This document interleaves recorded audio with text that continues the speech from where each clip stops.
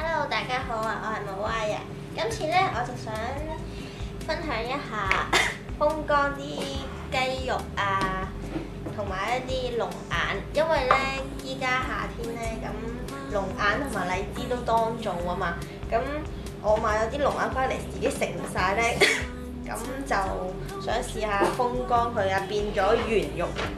咁我就試啦，佢同我講咧話試下搣晒啲殼，跟住先嚟風乾，可能會慳翻啲時間啊咁樣。咁我就試下啦。同埋咧，我就準備一種係蒸熟咗嘅雞肉，同埋冇蒸熟到嘅雞胸肉啦。咁就呢啲就切咗粒粒嘅。咁咧啲雞肉嗰啲咧就係俾我屋企啲狗狗食嘅。咁健康啲啦，咁自己整係啦。咁我咧就先鋪晒啲雞肉先。好啦，開始鋪啲雞肉啦。咁咧一定要平鋪佢啦，唔可以搭住啦。如果唔係咧，佢就會風乾得好唔均勻啊咁樣。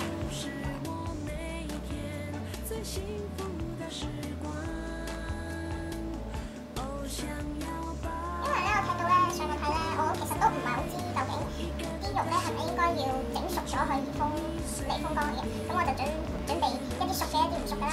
由於我買啲狗仔嚟食咧，因為我屋企啲狗狗食嘅時候咧，都見到佢哋啲雞肉啊、肉類啊都係透明乾咁樣噶嘛，但我唔知咁樣正唔正確，咁我就試兩款啦。